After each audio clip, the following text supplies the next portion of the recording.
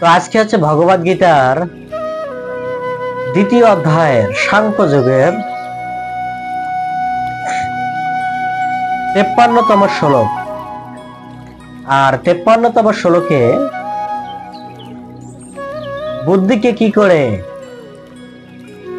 সমাধি বা স্থির করা যায় সে বিষয়ে ভগবান কৃষ্ণ অর্জুনকে বলছেন, বুদ্ধিকে কি করে সমাধি স্তরে নেওয়া যায়, আমাদের পক্ষে সম্ভব না। চলুন আমরা সেই শ্লোকটা এবং শ্রবণ করার পর আলোচনা করব। শ্রুতি বিপ্র প্রতিপন্নতে যদাস্পতি নিচ্ছলায়াম সমাদবৎসলম বুদ্ধিস্থ জগৎস্পৃশে। এই শ্লোকের অনুবাদে বলা হয়েছে, তোমার বুদ্ধি যখন বেদের অলংকৃত ভাষার দ্বারা আর বিচলিত হবে না এবং আত্ম উপলব্ধি রূপ স্বরূপ সমাধি স্থির হবে, তখন তুমি দিব্য চেতনায় অধিষ্ঠিত হবে। বোঝা গেল? কারণ এই কথাগুলো এই জন্য বলছেন, কলিযুগের মানুষ আমরা যেমন, বিশেষ করে ভারতবর্ষে ধর্মকে করার জন্য বিভিন্ন কি আছে, পন্থা আছে। সেই সমাধি, যেমন আমি দিল্লিতে লোটাস টেম্পলে গিয়েছিলাম। এই লোটাস টেম্পলে সেখানকার স্থানীয় বা সেখানে যারা থাকে তারা সমস্ত দর্শকদেরকে 1 মিনিট নীরবতা পালন করায়। আর এই 1 মিনিট নীরবতা পালন করার মাধ্যমে তারা বোঝাতে চাচ্ছেন যে মানুষ সমাধি স্তরে যেতে পারে।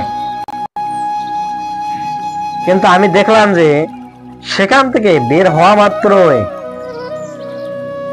কিভাবে মানুষ কথা বলার জন্য উদ্বিগ্ন আমরা দেখতে পারি। কলিযুগের মানুষ কলহ প্রিয়।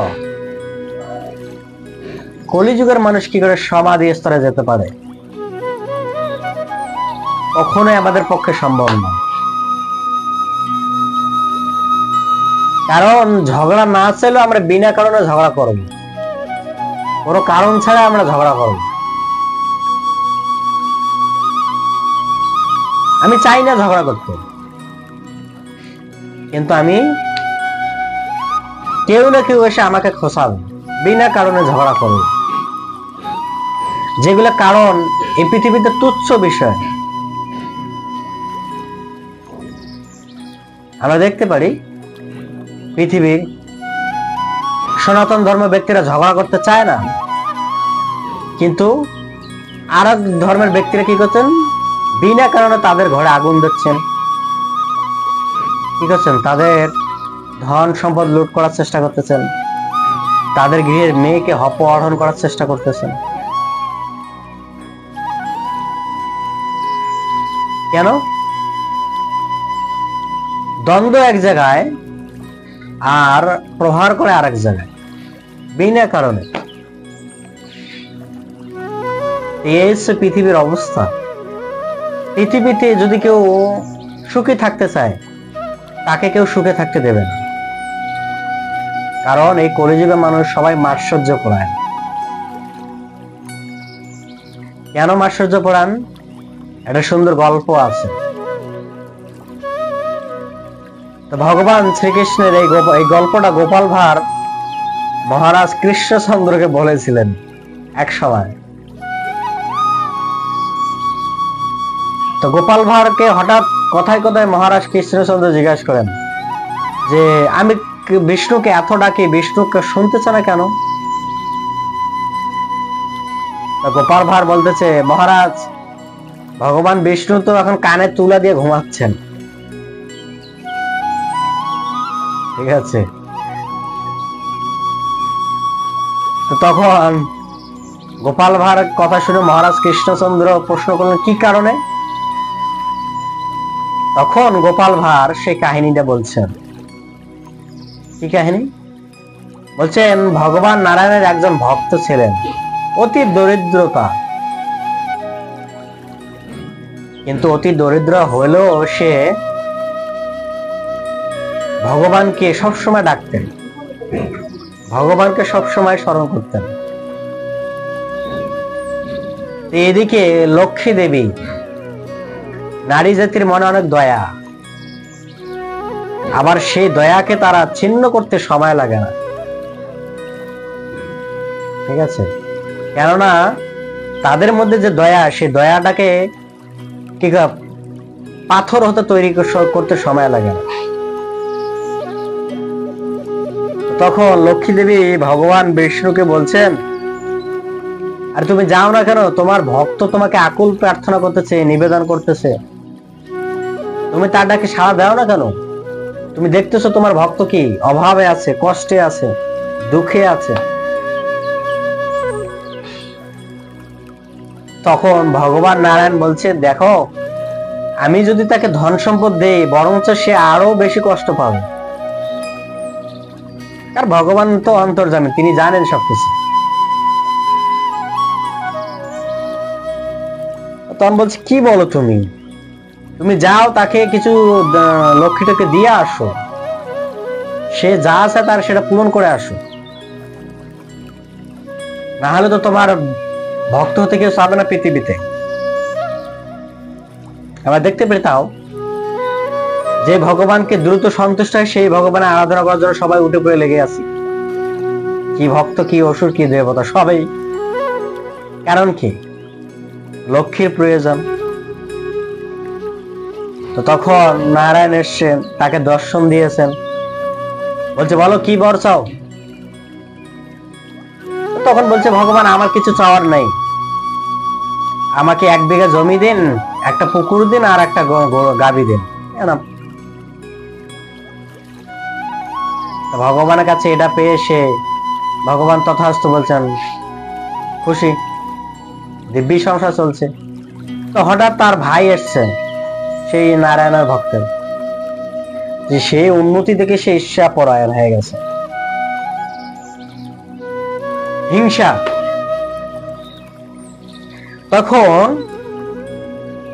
তার ভাই তাকে জিজ্ঞেস করলো, তুমি এটা কিভাবে পেলে, আমাকে বলো সেটা। তো তখন তার ভাই বলছে, দেখো, আমি এটা বলতে পারবো না। তখন তার ভাইকে অনেক মানে আকুতি মিনতি করার পর সে করুণাবশত বলে দিয়েছেন। আর যখন বলে দিয়েছেন, তখন সেও নারায়ণের তপস্যা শুরু করেছে, কঠোর তপস্যা। সেখানেও সে লক্ষ্মী একই কথা বলছে, যাও না কেন তুমি? তোমার ভক্ত ডাকতেছে, তুমি যাও না। তো এখানে নারায়ণ বলছে, দেখো, এর কাছে গেলে আরো বিপদ হবে। সেম কথা। তখন সে দর্শন দিয়েছে। তখন নারায়ণ আগে জিজ্ঞেস করছে, দেখো, তুমি যা পাবে, তোমার পাড়া প্রতিবেশী তোমার ডাবল পাবে, কিন্তু এটা মনে রাখো। তখন সে চিন্তা করলো যে আমার ভাই তো এমনি আমার থেকে বড় লোক, ভালো সুখে সংসার করতেছে। তো বললো যে, ঠিক আছে, আপনি আমার একটা চোখ অন্ধ করে দিন। আর যখনই এদিকে চোখ একটা অন্ধ হয়েছে, ওদিকে তার ওই ভাইয়ের 2 চোখ অন্ধ হয়ে গেছে। এই তো খেলা শুরু হয়ে গেছে। তখন সেই ভক্ত কান্নাকাটি শুরু হয়েছে, হে প্রভু, আমি কি অপরাধ করলাম? বিনা কারণে আমার চোখ 2টা নষ্ট হলো কেন? এই তো একেবারে এখন তো নারায়ণ কি করছে, লক্ষ্মী দেবী, দেখছো, আমি তোমাকে বললাম এই সমস্যা সৃষ্টি হচ্ছে। তখন নারায়ণ কি করছে, সে কানে তুলে দিয়ে শুয়ে পড়ে গেছে, আর কারো ডাক শুনবে না।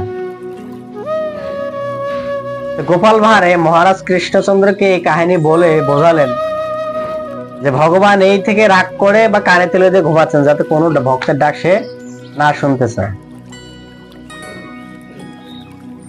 এই কাহিনীটা বলার অর্থ হচ্ছে এটাই যে আমাদের মাৎসর্য পরায়ণতা কতটা।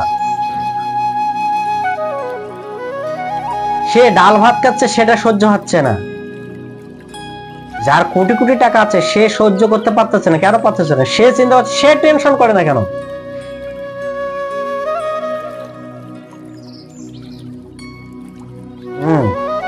সে টেনশন করে না কেন? আমি টেনশন করে মরে যাই, আর সে টেনশন করে না কেন? এটা হচ্ছে কলিযুগের মানুষের অদ্ভুত এক সমস্যা, যে সমস্যার কখনো সমাধান নেই। আজকে শ্লোকে সেটাই হচ্ছেন, বুদ্ধিকে ভগবান সমাধি স্তরে কখন নিতে পারবো? যখন আমরা কি করতে পারবো? বুদ্ধিকে কৃষ্ণ সেবায় নিয়োজিত করতে পারবো। তখন আমাদের বুদ্ধিটা কি হবেন? স্থির হয়ে যাবেন। তখন আমাদের বুদ্ধি সমাধি স্তরে উপনীত হবে। তার আগে সম্ভব না। তো তার আগে কি সম্ভব? কেননা সেটা হচ্ছে আমাদের শিক্ষা। তখন আত্ম উপলব্ধি স্বরূপ সমাধি স্থির হবে এবং তখন তুমি দিব্য চেতনায় অধিষ্ঠিত হবে। দিব্য চেতনা